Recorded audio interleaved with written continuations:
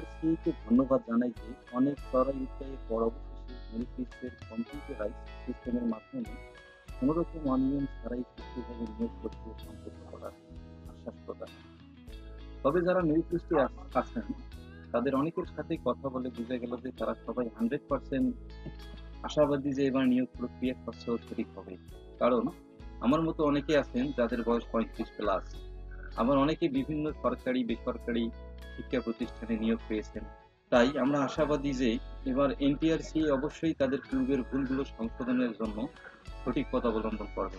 তা না হলে 2016 সালের চেয়েও বেশি পরিমাণে এনটিআরসি এর প্রতি মানুষের আস্থা ও বিশ্বাস উঠে গিয়ে তীব্র ঘৃণা জন্মিবে। তাই বাংলার বেকার সমস্যা সমাধানে এনটিআরসি গুরুত্বপূর্ণ ভূমিকা পালন করবে বলে আমরা আশাবাদী এবং আমি সকল বেকারের পক্ষ থেকে এনটিআরসি কে সঠিক ও স্বচ্ছ পথ অবলম্বন করার জন্য বিনীত অনুরোধ জানাচ্ছি। ধন্যবাদ সবাইকে।